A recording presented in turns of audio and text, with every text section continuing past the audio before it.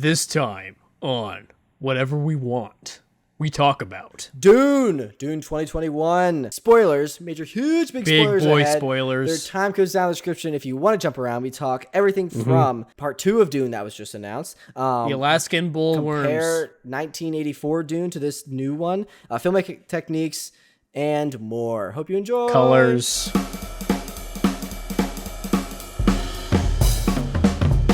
PreBanter. Daniel, how are you doing, my friend? Dude, I am freaking... I just had... Sitting waiting for you for so long. Sorry! So Jake was waiting for me because I just had one of the new one of these like cheddar burger things that has like bacon cream. You're gonna get all fat like the guy from Dune.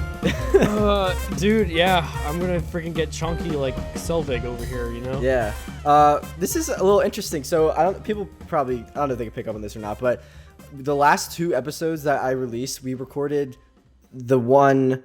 Basically, we haven't recorded in 2 weeks. We recorded them before, so like it's been interesting to like have like 2 weeks off. Like I've like lost my sense of like rhythm and I don't know the schedule I had. So I'm excited to get back into it and back into Dune. Yeah. So. A little news up top. What was that? Did you hear that? Yeah. Did you hear that Brendan Fraser is gonna be the villain in the new Batgirl movie? Oh no. Yeah. Who's the villain gonna be? Brendan Fraser. Well, yeah, but like, who's he playing? His character from The Mummy. No, I'm just kidding. I don't know. I have no idea. Okay, are you ready to jump into the introduction? Yeah, hit me with it. You may want us to talk about this or that, but we don't care. We're going to talk about whatever we want. Blam. Welcome back to Wherever on the podcast where we, Jake Daniel, 2 devils, handsome gentlemen, talk about movies, TV shows, giving behind-the-scenes insights, filmmaking techniques, all that jazz, and more. We're talking about Dune 2021, baby. I'm so excited for this. Dude, Dune was crazy. Dude, don't you mean Dune? I was thinking that as soon as I said it, and I was like, oh, wait. Dude. But yeah, man, it was freaking... It was, like, I told you, like, as soon as we finished watching the movie together, it was the first movie in a long time that, like, sincerely and holistically gave a consistent vibe. Like, all the way through. And it was a good vibe. Like, I mean, not a good vibe. Like, people were dying, but, like... Oh, great vibes. Like, I enjoyed the film, and it's been getting a lot of high praise. Yeah. Actually, literally today, I think this will come out... a few days later, but today, the day of recording, they announced that the sequel, Dune 2, was like confirmed. So like they greenlit it. So that's makes exciting. Sense. They made a lot of their money back and then some. And then some. Well, so did like, they already? I thought they just. I'm pretty sure they did. Over the opening weekend, they made like 40 million. I heard. How much did they put into it? 165 million. Oh, then never mind. I'm way off. But also, that's not. I don't think that number's taken into account HBO Max because they released it the same day on the streaming service. So I'm not sure. I'm assuming those numbers like did well, like the streaming numbers. Also, how do you even account for that? Do you like take in like views on?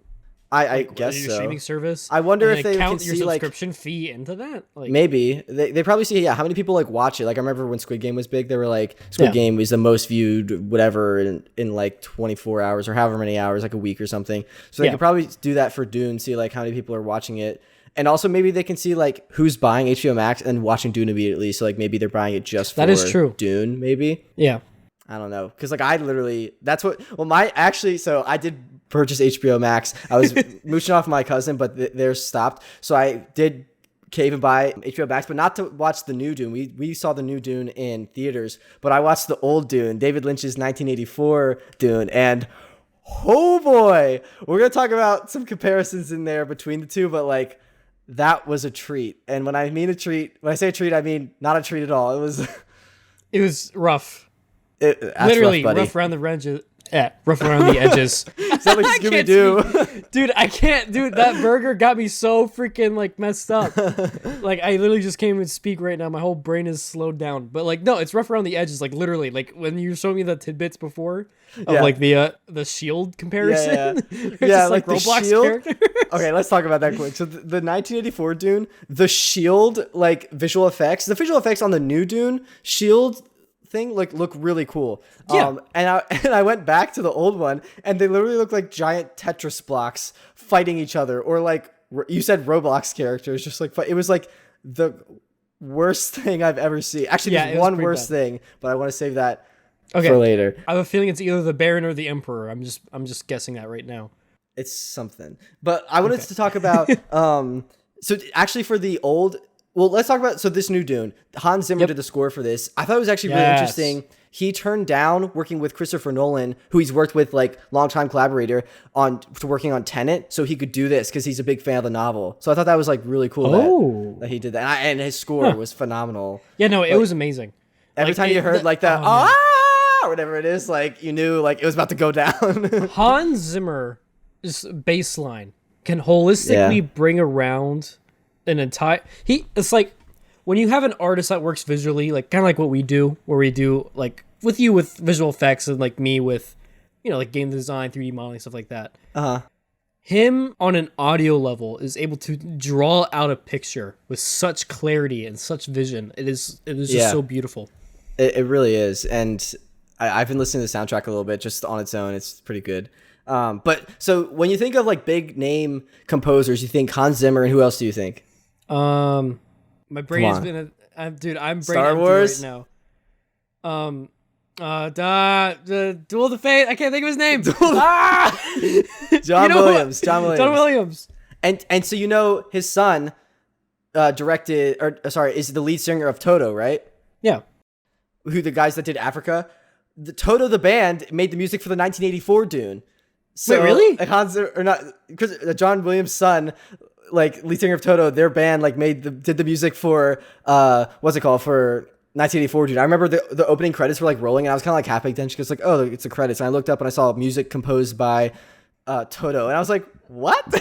And like there's this one part where it like was like rock like music in the desert as they're going. I was like, this does sound like Toto. I thought that was just really interesting. How are the Alaskan bullworms in the 1984 version? It was actually like compared to the other effects, that was really good. They did it like practically, and they built like these like 20-foot long snakes and did it like miniatures. And like they had like instead of like the style of this the new one where it's just like a big circle, they have like a circle, but it's like 3 flaps that open up and kind of thing. So they changed it a bit for this new one. Okay.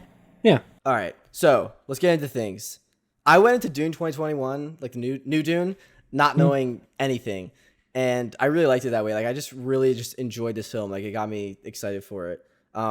This was directed by Denis Villeneuve. Denis Villeneuve. That's how you say it. I wrote down the pronunciation. You took down. I was watching it on Audacity. It took like literally 20 seconds for you to get that. I'll cut it down. But he also did Blade Runner 2049, Prisoners he's known for. He did Blade Runner 2049 and also The Arrival, I believe. And he has wanted for a long time to do Dune. Like he loves that story, but he wanted to do other sci-fi things first, like Blade Runner, like The Arrival, so that he would have experience so he could do it justice, because he was really looking forward to this. Makes sense. And I think he did a great job. They did make this film in mind with like having a part 2, but they also made it so that if they didn't get a chance to do part 2, that they would be like, we put our all into this movie, we're happy with this. So like I'm now excited for part 2 because they get to do it. Yeah, same. They get to Dune it. But yeah, like we said, the budget 165 million. I honestly thought it'd be more just with all the visual effects and just the grand scale. I don't know, it just felt so grand. I think that was in hand with the cinematography. Like, I don't know. No, I totally agree. I mean, it was the whole. I mean, everything worked together in a way, whether it be the architectural shape design, whether it be just like composition, layout, had a really strong focus on this, which is something that you don't really get to see a lot of in movies today. Right. Usually it's like, directors just focus on like hitting their points and, telling the story. But with Dune, it was the world itself is also telling the grand story. Yeah, and it's a huge part of the story.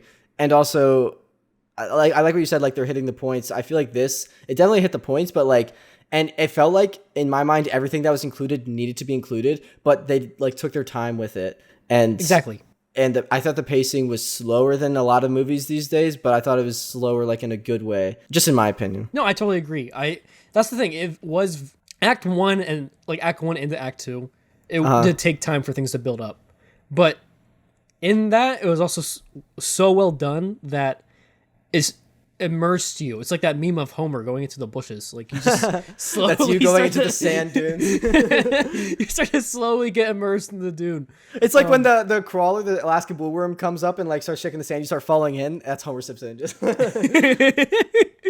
I need a meme of that. That'd be great. Just everything worked together in that case, which is what I feel like. If it wasn't as slow as it was, if it like tried to mimic how movies are today, it would have just felt like, you know, every other movie. It's just like, oh, okay, they're doing sci-fi, this, yada yada. But because it was paced the way it was, I think it extremely helped it out. Yeah, that's an interesting thing though with the Dune 1984. I actually didn't watch the whole thing because they compressed all of the Dune novel into this one movie instead of doing part 1, part 2.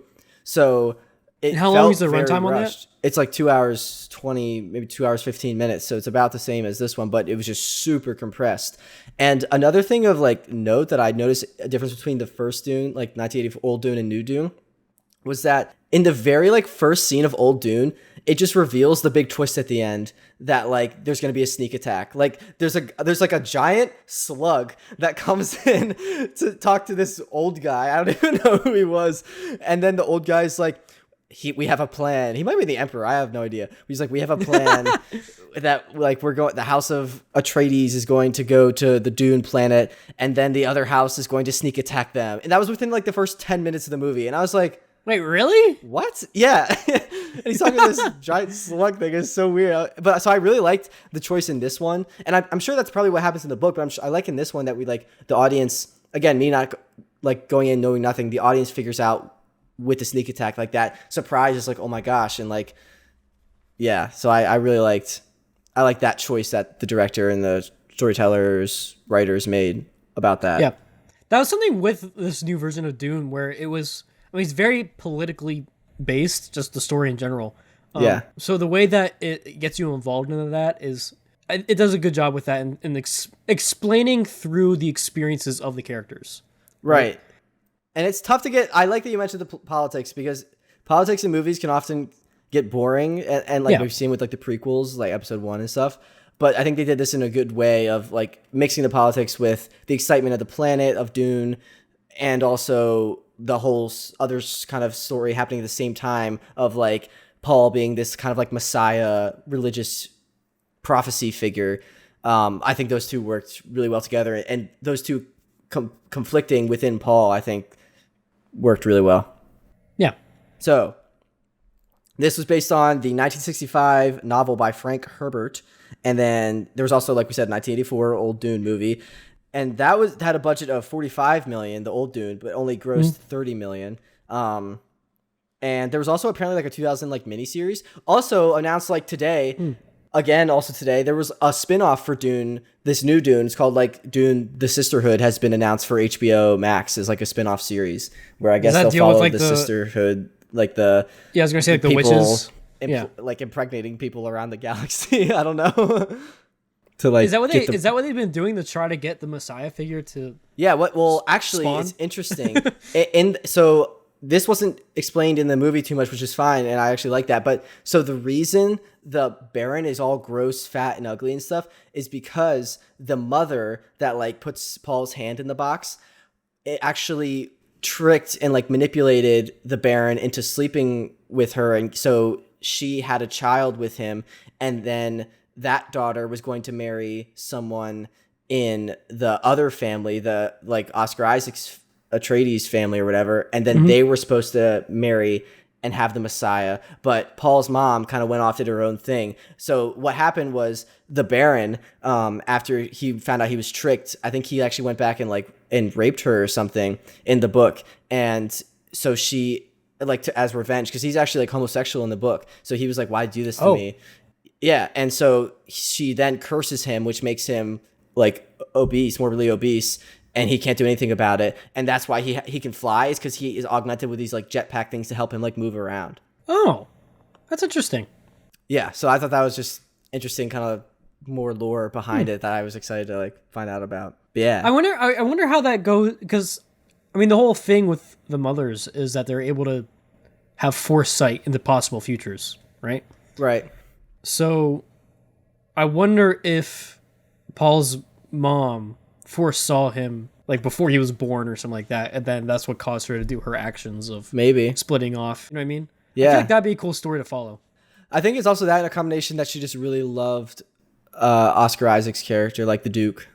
I think they really they bond. But yeah, so throughout Dune, old Dune, 1984 Dune, David Lynch's Dune, there's just so much like inner monologue, like voiceover dialogue, like inner thoughts going on, and it's like so cheesy. Like when they're rescuing the workers from like the worm attack on like the spice miner, they come on the ship and he like sniffs his hand and just in his mind he goes, spice, unrefined, and then it just cuts to the next scene. And I'm like, was that necessary? Like, and then like he's looking at the moon and it's like in his head like, the moon, father, where are you? And I'm like, what is happening? It was just so cheesy. I have some other ones like written down, so when we get there, I'll look at those. But, you get through them, yeah. Yeah. That sounds so freaking funny, dude. The moon, father.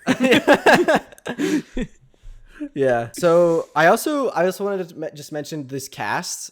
I thought it was an amazing cast, and Same. I was a little worried. Who's your standout for you? Honestly, I want to say Timothy. Yeah, I feel like his portrayal of Paul was good. Like one. Yeah. I'm not familiar with his work, so I don't know what else he's been in. But I want to watch Call Me by Your Name or whatever. That was like one of his breakout roles. I heard that was really good. But this was my first time seeing him, and seeing him in Dune, like he portrayed Paul in a really nice and dynamic way, as like him honestly trying to figure out like his purpose and his path and what is he going to do. Yeah. What is he going to do?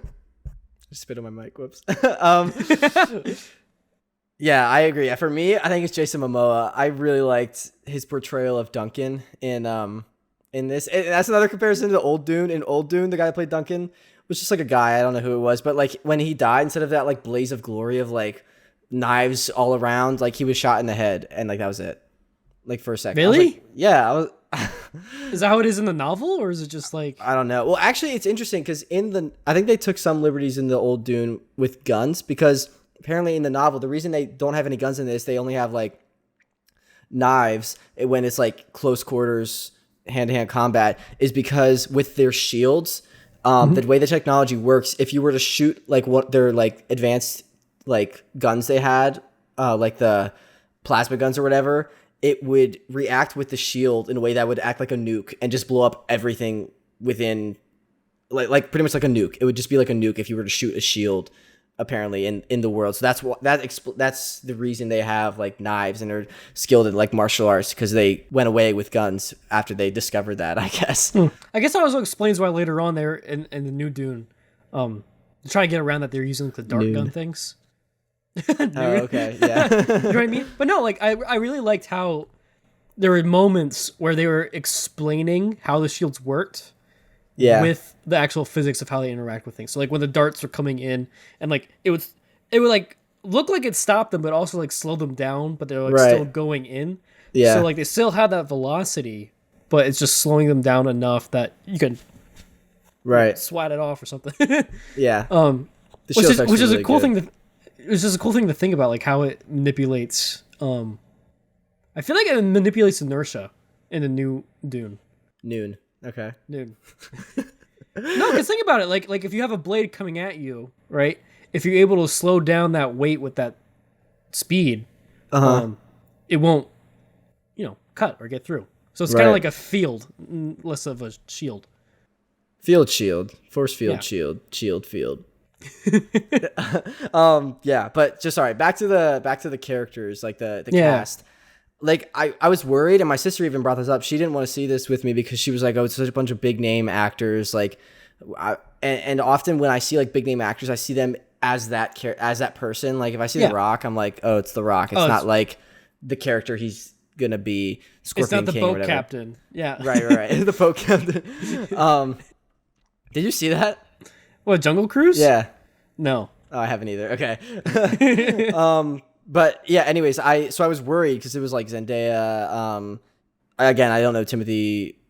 His actual pronunciation, he's French, is like Timothée Chalamet or something like that, but he goes by Timothy.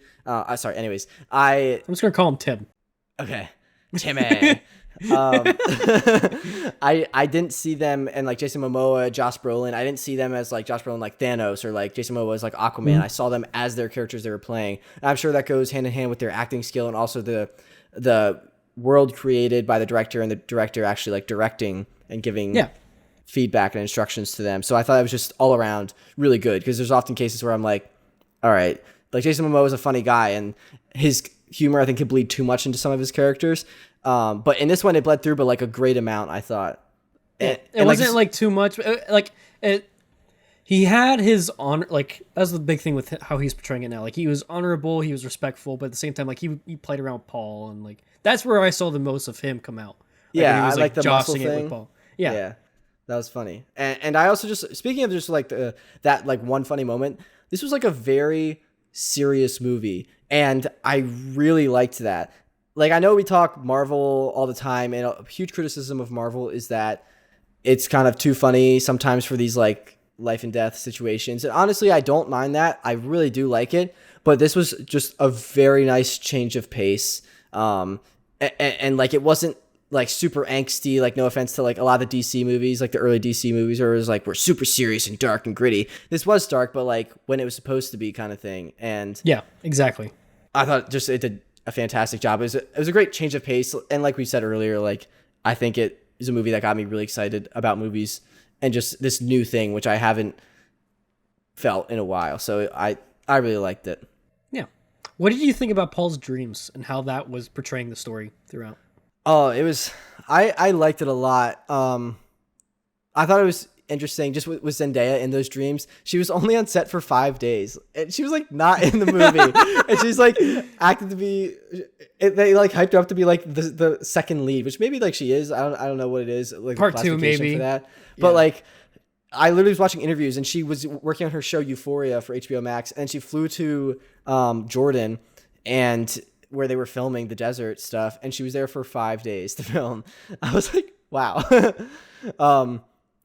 So she was actually, before they announced Dune 2, she was like really hoping they would announce it, because she wants to play with this character again, and she really was excited about the world. What was your question? The editing with the dreams? I thought it was really interesting. And just like the way he was describing, I was watching some interviews just about the dreams and the symbolism with like the dagger and the knife. It's just really cool. I also really like, I'll get to it next. I have that on some of my next notes. But yeah, what did you think of it? I thought it was great. I also like how, again, with the symbolism with the knife, there was many ways that you could think that the future was going to go, but then it would switch up. Like his mom was given the one ceremonial knife, but then she didn't have a chance to really pass it on. And then eventually Zendaya gave her knife to him, and he's like, oh, you're the one who's giving me the knife. I've also jumped back. I like how he like paused, and he's also gonna be like, oh, you know what? Never mind. Forget about it. Like, I was going to tell you about the dreams I've been having and stuff, but you know what? That's a weird thing to drop on someone. You first meet them. Yeah, exactly. Nice to meet you. I could have killed you if I wanted to. I've dreamt of you. Yeah. Well, that's another thing in the old Dune, when like he sees her for the first time, in his mind he goes, the girl from my dreams. And I'm like, what? Yes, we see her. We know.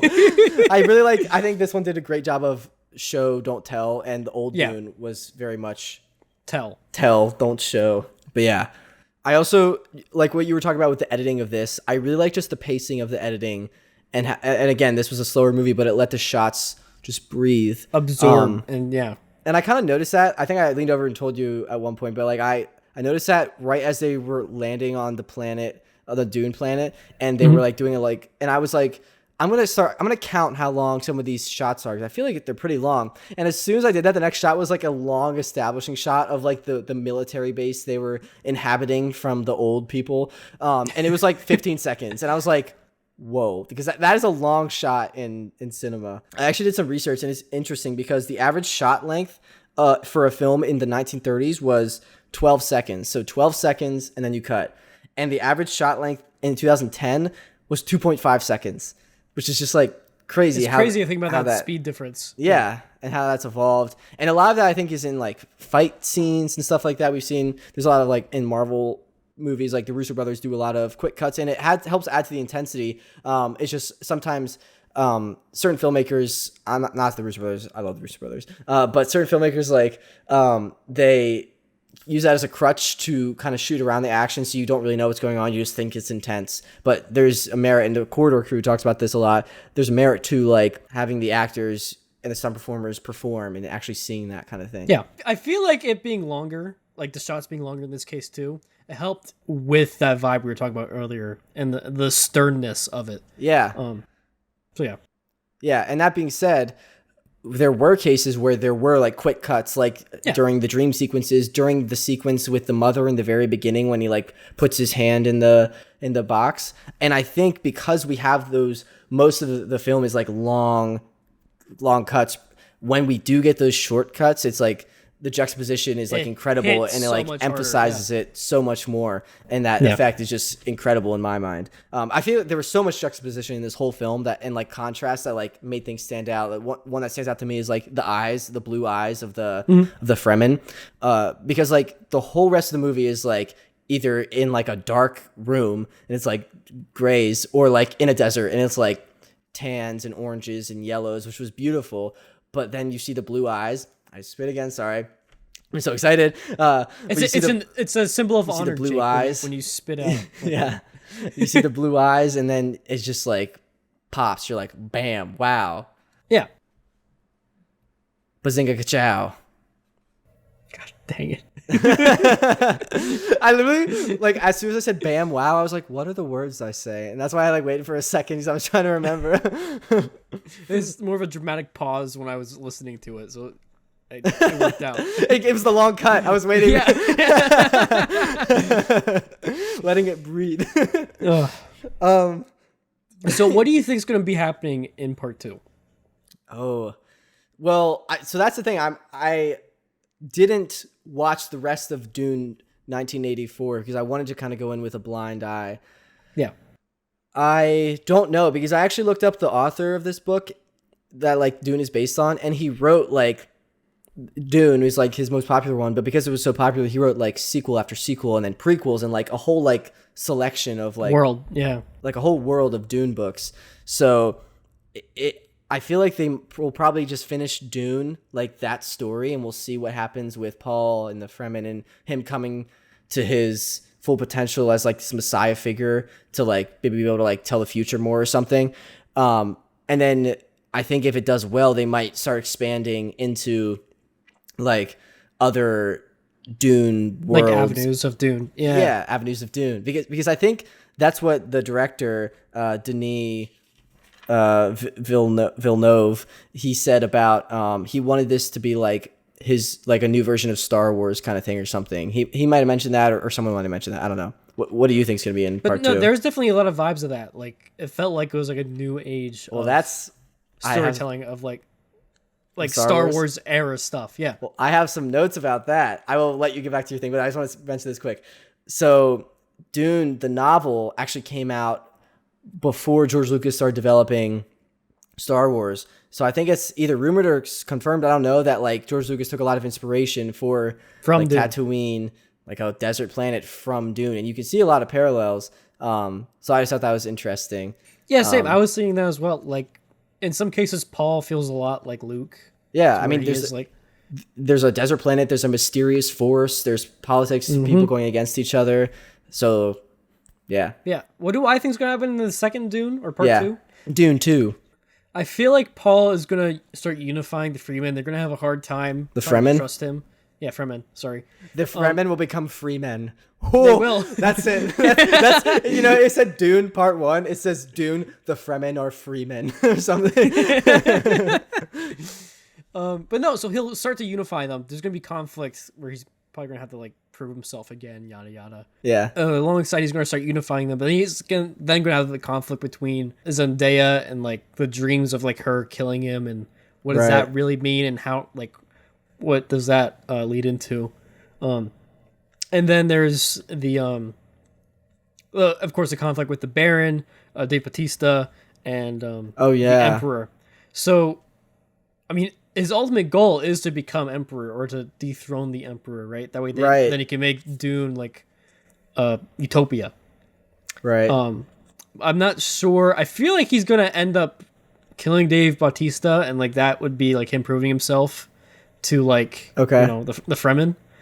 Bear's gonna be pissed off. He goes to the Emperor. They get big boy things, like big boom boom pow sticks. Then there's gonna be just more fighting with them, and maybe like somehow the Emperor comes in and dies. I don't know. Again, I haven't seen write the Dune original too. Yeah, so you just mentioned the Baron and like Dave Bautista's character. That like race of people, it was so weird in old Dune 1984, David Lynch's Dune. Oh? Because he portrayed them as like they all, instead of all being bald, they were all gingers. So like and and like he was like this gross fat guy with like, and he had like, it looked like he had like boils all over his face. It was like disgusting. And like it was really, Dune 1984 was kind of weird. Like he was really like rapey and like ate this kid. The Baron? Like, yeah, the Baron and like his Dave Bautista like person. And also there was another guy like that isn't in the new Dune. It was another like, it literally, the guy, he looked like Heat Miser, like seriously, like with his red hair, and he was like really skinny, and I guess Heat Miser's not that skinny, but anyways, I don't know, dude. It was just so bizarre. Like they were all ginger. That's not bizarre. It's just, I mean, it's bizarre that he chose that, but like, and they were all just like, they had like reverse mohawks, like where they would shave a mohawk in their head, like all the henchmen, and he was just so gross and like so gross. One of the grossest things I've ever seen. That sounds bad. That sounds like Pizza the Hut level bad. It might be worse. I don't know. He was like spitting everywhere, like me, but I don't know. Anyways, Denis Villeneuve, the director, said that he treated the Dune novel like the Bible, and they like reference it like every step of the way.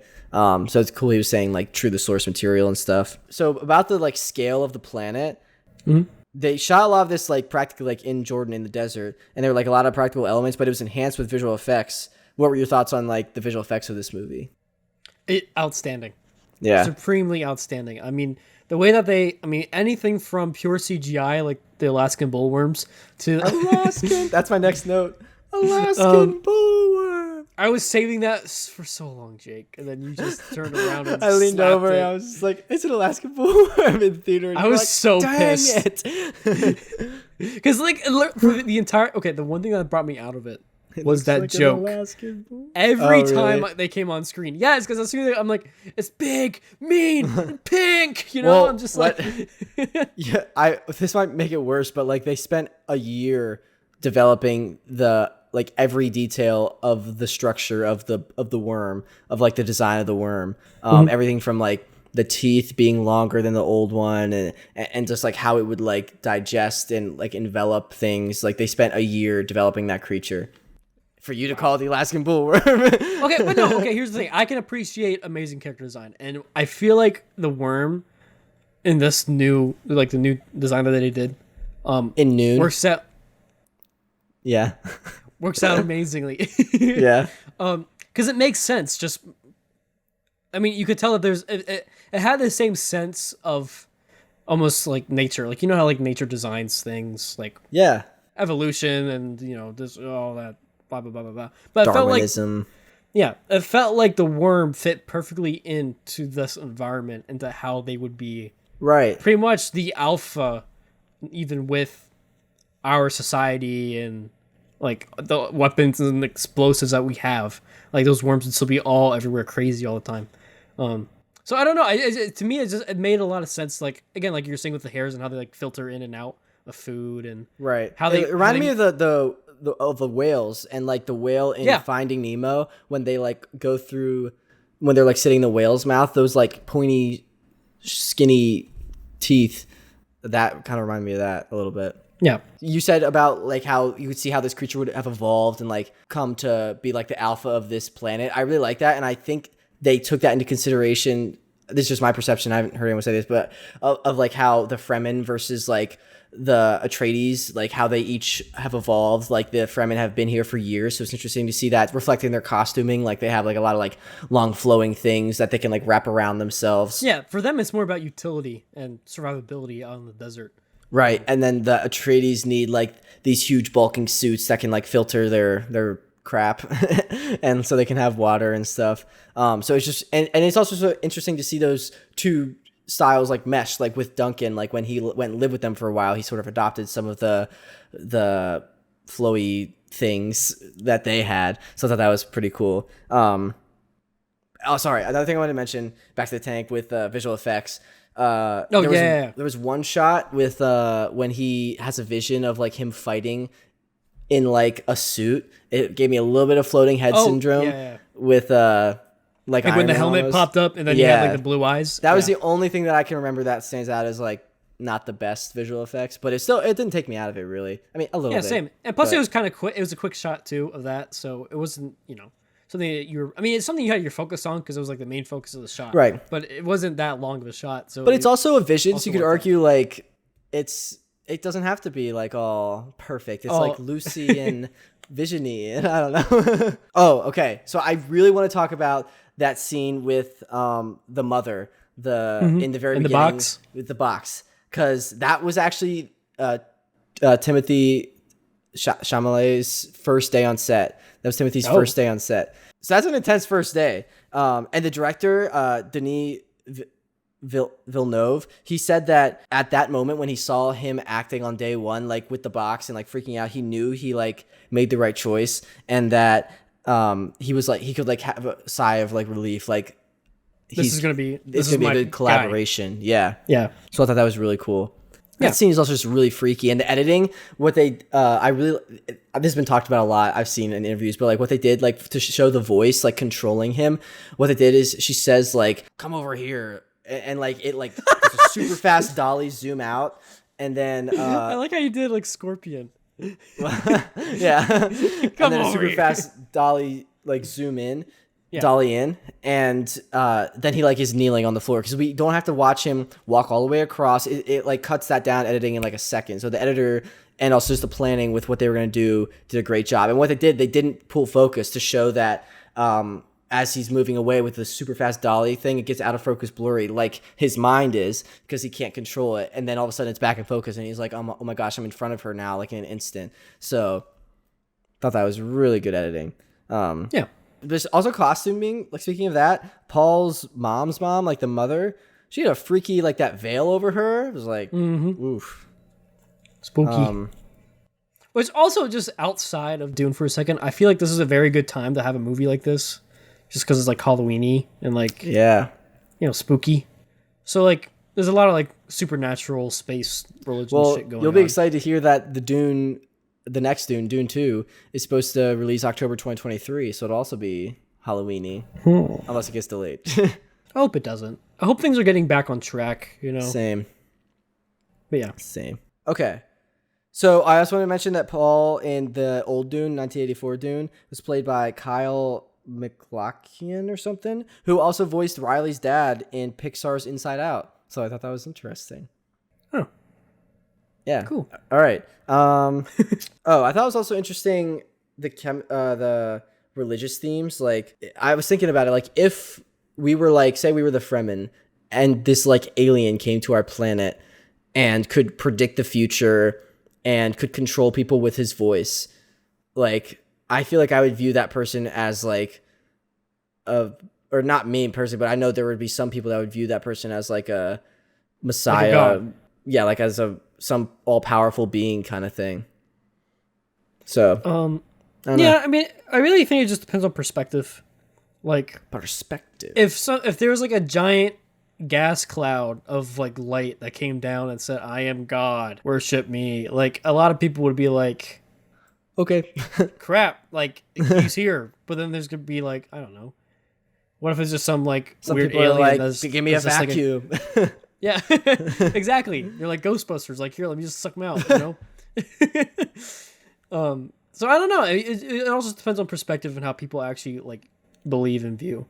One thing I really like about this time period as well is that it's 10,191 was the year. But that's actually 10,000 after guilds were established, which happened 10,000 or like 11,000 years after like AD. So it's actually in our timeline like 22,000 AD-ish. Yeah.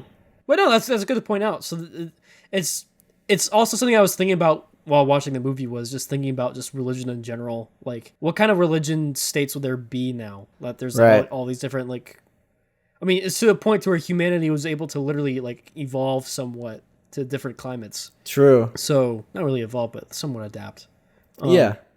I mean, so yeah, I mean the Fremen evolved so that they can survive on this desert planet. Like their eyes change colors. I feel like that's an evolution. Yeah, that's true. You unlocked blue eyes.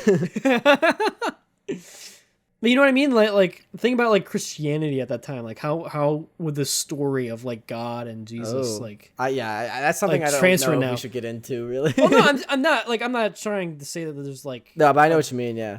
Yeah, like how would that translate over that amount of time? Like for us, it's been what, like 2,000 years. So like that's another 20,000 years. Imagine with another 20,000, how much more distant and maybe even lost those stories would be. Yeah, I wonder.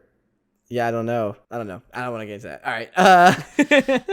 There's another just interesting story I saw. So when Zendaya was auditioning for this, she and Timothy had to do like a chemistry test. So he was already cast, and she had to come in and like prove that they could have some chemistry. And she also when you said that, the first thing that came to mind was, what is the composition of salt? Chlorine. What's the composition of spice? Sodium. But yeah, so it was interesting because she said that the week before she had just got her wisdom teeth out, so she was worried that apparently there's like something that with your wisdom teeth, like it comes out like you can just get random bursts of like bad breath every few days or something like that. So she was worried she's gonna have like bad breath during the chemistry reading. He'd be like repulsed by her, but luckily that didn't happen. See, I feel like Zendaya's like one of the real ones. You know, like she's just like like she's just straight up just like the way that she portrays herself in like interviews and stuff like that. She's just like, you know, really down to earth. Down to earth and just like straight up. There's other people who, like, I don't know, feel like they put in like a facade or like they're like, I'm a sophisticated actor, Shakespeare. Yeah. But she's like, I really hope to God I don't have bad breath, you know? Like, that's I don't know. There's just sincerity to that. Yeah. Also, well, with Timothy, how he got casted, apparently he really was interested about this. When it was announced, he set a Google alert about like casting news and also like let his agent know, so that he could put himself in front of the director, so that like whenever news was released about it. Nice. Also, in interviews, Timothy and Zendaya just seem to really like respect each other, which I thought was really cool. They've become like good friends. Nice. We talked about the use of color. Just like I love just the tans. I want to highlight that again, like the tans, the oranges and yellows of like Dune. Like when he was like flying the ship through the storm and it was like yellow, I was like, dang, that's cool. And I think that's something that he's done before really well with like Blade Runner 2049. Like there's that iconic shot of like the world just being like orange and then like the silhouette. Yeah. And I think just the cinematography was just like every frame could be like an amazing screensaver. I feel like that's the thing. I feel like cinematography now is at a point to where there's films that are literally any frame could be like every frame of painting. A painting, yeah. That's like a famous YouTube things. Or maybe that was just the name of my textbook. I forget. It was either a YouTube thing or my textbook cover title. I don't know. Anyways, yeah, but it just like showed the scope of the planet and the desert so well. Like how grand and big things were. That's something that the old Dune didn't really encompass, I don't think. Yeah. But also, so Selvig, the guy that played Selvig, the Baron, he no, just Selvig. Selvig time traveled. He's now in Dune. He had to spend 7 hours every day. He had to get into the makeup. Yeah. Jesus. That's like your whole day. Yeah. Like, I mean, not really, but like, how early do you have to get up, or like, how little do you work then? Like, does it take that long to get out too? That's 14 hours. Take a nap during it? Maybe it'd be best if you like sleep during that, and then like they just do it, and then you wake up and you're like, no, because I feel like you probably have to like leave your arms up and stuff. I don't know. Well, maybe they made him like a special chair. I don't know. I don't know. So, what didn't you like about this? I want to ask. What I didn't like was also what I did like, which is the weird thing about it, which is again like the pacing of it. Like the pacing was exactly what I said. Yeah, like there are times where it is slow. There are times where sometimes it feels too slow. Don't get me wrong. Yeah. Like there's a lot of times where like everything in the film had a purpose. Don't get me wrong. everything had a purpose. But sometimes you don't realize that, or maybe you don't get it immediately. Yeah. Like, and that's something that's kind of like self-training. Like I've so used to like movies nowadays where everything's like instant just so quick and gratification. snappy. Yeah, you have that instant gratification, and you're just like, oh, why is it not happening now? What's going on? Right. I want my candy bar. Yeah. I think an example of that, I feel like in my mind, like if you were to trim anything, I really like this film. I don't want to like bash on it, but like I think the one scene when like the hunter like flying like needle thing came into the room, I felt like that took like a long time for it to like for anything to happen. Like it was just like floating there for like a long time. Same. But I don't know. I could also be thinking a little bit about the Dune 1984, but I don't think so. I don't know. No. I agree with you. That scene did feel. I mean, there was purpose behind it because it was like he was almost I'm not saying to assassinated. cut the entire thing. I'm just saying like I feel like from the time it entered the room to when he like smashed it could have been like cut down a little bit because he was like hiding in that like hologram for like ever. Yeah, but like this is what I mean. Like right now we're just being nitpicky. Yeah, so which is because it's so it's good. just amazing. Yeah, it's not like the whole first act sucked. Like that would be worse than like it was a little slow in this one part. So, but really, that it's just like small things like that. Like we were talking about before with the one CGI of the head and the helmet. It's just such stuff a small thing. Like, but everything else like it like worked. The story worked well, so and the way he presented it. I know a lot of people, like we were talking about this before. A lot of people might not like that it's so slow to build up, but for me, I love the change of pace. Me too. It's something that's completely different. I agree. So, I thought it was interesting that Paul's homeworld of Caladan or whatever, Caladan, that was shot in Norway, and then the Dune world, Arrakis, was shot in Jordan and like in other places in the Middle East. They also said in some interviews that Timothy Chalamet, he's bilingual, like he speaks French, and also so is the director. So it was funny, Zendaya like would get jealous when the director and Timothy were like speaking French to each other because she was like, "Are they talking about me?" And Timothy was like, "They're probably talking about craft service, like when lunch was happening. Don't worry." That's kind of funny. What were your thoughts on the ship designs? I think so I love the ship designs. I'm not sure how they compared to the other version of Old Dune. Let's call that Un. Un. There's Un and there's Noon. So the old ship designs were just like floating blocks that were like, it was bad. Well, actually, hold on. There was one crazy thing in Old Dune that was so weird. So like it's actually the way they travel. Why spice is so important. Basically, they use it as a drug because like do you notice there's like not really any computers in this world? Yeah. So they use the spice to like drug up these like space slugs. And the space slugs like calculate these complex algorithms of how to do interplanetary space travel, and then they calculate a course, and then they like poop out. Like in the Old Dune, they were like it looked like it was like pooping out planets, and then they were space traveling. Like it was like an acid trip. It was the weirdest thing. I went to see this, but like I have to look this up. They now, drugged up I'll these space slugs on spice, and then they did all these calculations, farted out some planets, and then like space traveled. That sounds like some Hitchhiker's Guide to the Galaxy shit. Yeah. Like so it's good I think they cut that from the new one. Like I think that's still happening, just to a less weird degree. Thing. Yeah. Well, no, like it makes sense. Like I'm talking about like the new like shape. The new like dragonfly thing. Yeah, I love that so much. And even when it comes to the larger ships, like the giant like cylinders, and then like all the ships come out of it.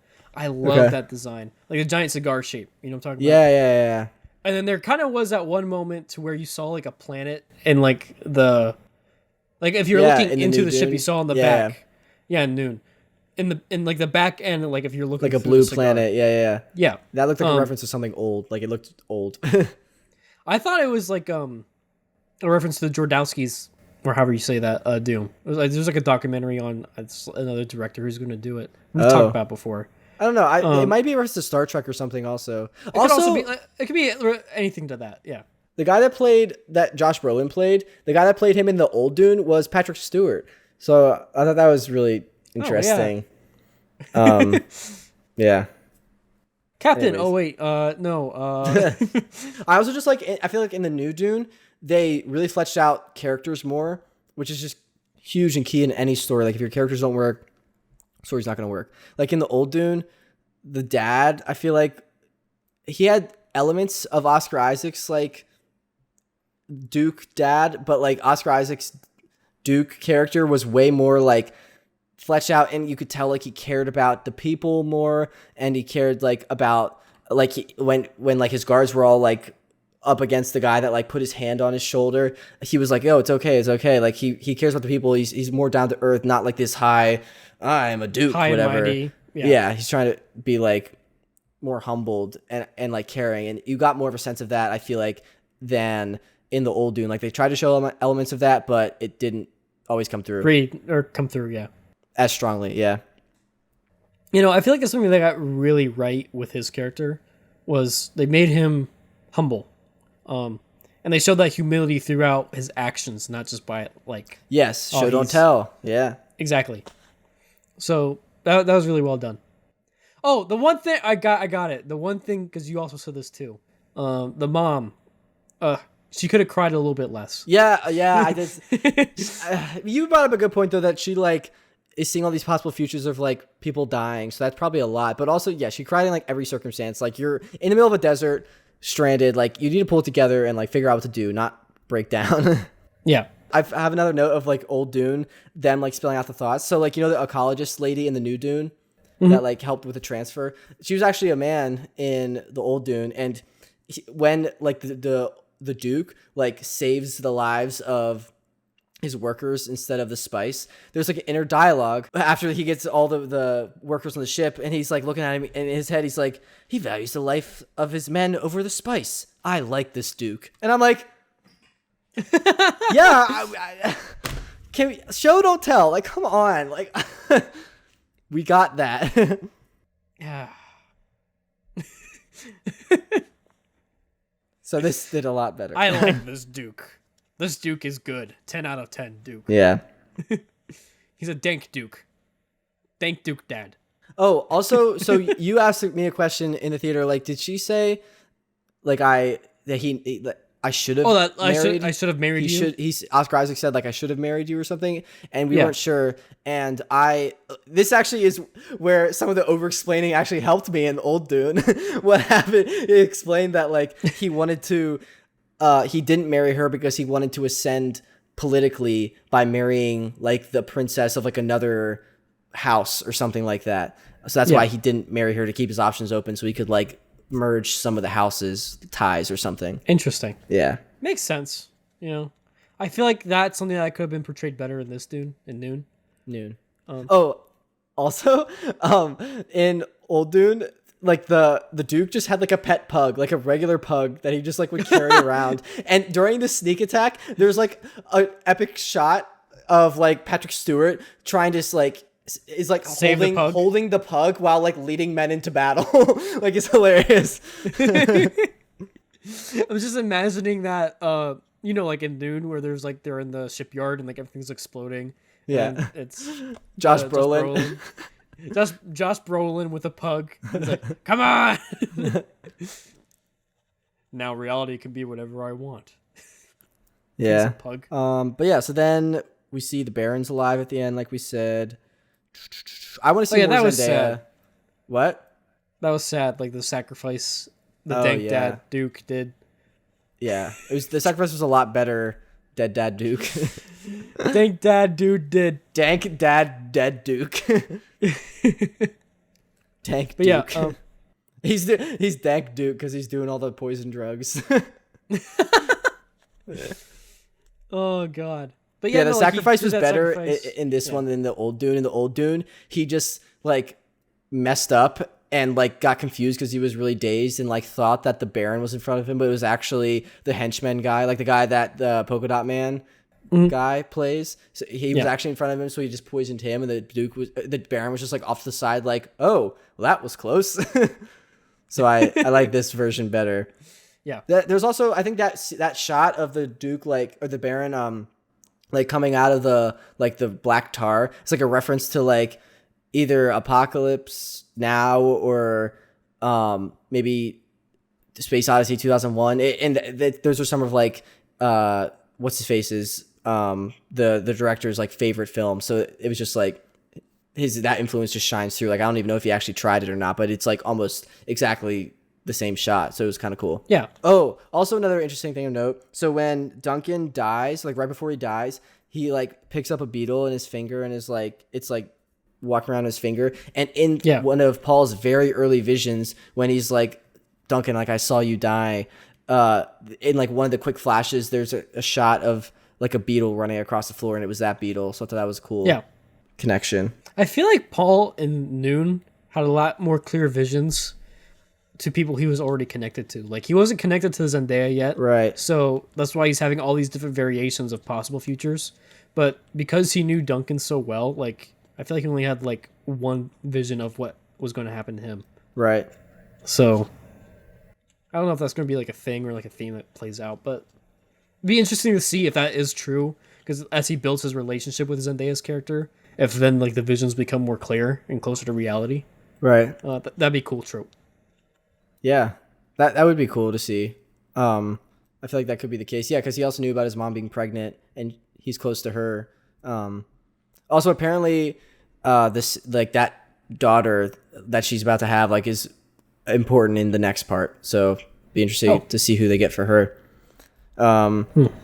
Also, so the finale of this Dune, the climax of like the big fight between Paul and I think the guy's name is like Yemes or something like that.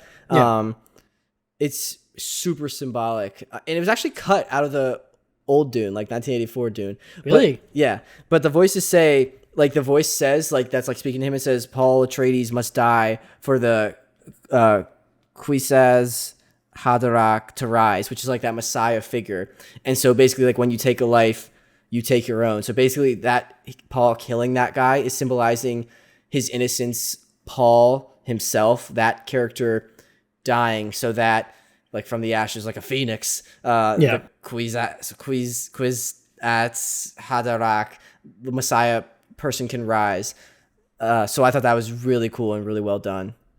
I feel like that was a clear change that happened in Dune to where, like you saw like instantly, like as his mom was like, he needs to get off world, and then he was instantly like, no, he was like, no, this is not. This my is my place path. is here. Yeah, yeah. It's just so cool to see the filmmakers that worked on this. Like obviously had such a passion for this. Timothée Chalamet did 6 months of fight training for this, and one of the first roles that required him to do that. He also trained while working on another film that was filming in France. So like he would train with his stunt coordinator like in a wine cellar in France. Another thing of note, Oscar Isaac apparently had a PS4 in his trailer. So that's cool. Classic bro moment. Oh, also I found out in an interview that Timothy, I wonder what he would be playing. 11 years ago had a YouTube channel where he painted custom Xbox controllers, and it's still up. There's like 3 videos. Wait, who? It's pretty Timothy? cringy. Yeah. Modded Controller 360. YouTube.com/modded controller 360. Or just modded controller 360 is the username, but it's still there. Gives me hope that I can be successful if he started there as well. We talked a lot about this. What else? Is there anything else you want to talk about with Dune? I think we covered all the big and little things. Yeah. Like, sorry, I know I've been talking. There's probably some like middle things that we might be forgetting, but I feel like it's covered by the big stuff and the little things. Right. So, yeah. Sorry, I know I took charge of this conversation, but this felt like the old days where I was just like, I watched like documentaries and like I was happy interviews. you did because you did the research. And it was exciting to like yeah. see all that research and behind the scenes stuff again. That's the stuff that excites me. Like I love doing the reactions to the Marvel stuff, but like just the behind the scenes stuff, like it's my bread and butter, baby. It's nice getting into the guts of it. Yeah. Yeah. That's my Dune. That's my desert power. Yeah, all right. Are you ready for patron shoutouts then? Yes. Cue the Star Wars music. Boosh, we got patron Lori, Frank, Rick, Lisa, Evan, Tony. Thank you so much for pledging the deal. You can see the shout out if you want to support us over on Patreon. The link is down in the description. You get episodes early, other cool perks. You get the audio episode early, special benefits, all that jazz, and more. Really appreciate you, patron supporters. Seriously, thank you. Yeah. Oh, gosh. I am not prepared. I haven't done this in 2 weeks. Let me see if we have any new comments. Oh, what should they leave a review or comment about this time, Daniel? Which Dune do you guys think was better? 1984, the old Dune, or old Dune? Old Dune. I have a feeling we know already, but if okay, there's let me say, what's one thing about 1984 Dune you think should be included in New Dune? Noon. yeah, it's probably a better way to put it. Yeah, the gingers. No, I'm just kidding. Okay. I do even have a comment. Dylan Barry. I need to actually reply to this comment, but he said on our latest interview with interview for Paige, he said that date story was wild. He was actually the guy that was on that Panda strip club dance date. So yeah. Nice. Yeah, so thank you, Dylan, for leaving a comment. Really appreciate that. Okay. That's all I have for that. Ready for the introduction. Yep, tell me when. When? We just talked about whatever we want to talk about, and now we're done. Thank you so much for listening. Really appreciate it. Yeah, let us know what you thought about Dune. Really enjoyed this. We'll be back soon. I think Eternals comes out pretty soon. And some other things. Stay tuned for more. We're really excited about it. Thank you. Goodbye. Bye.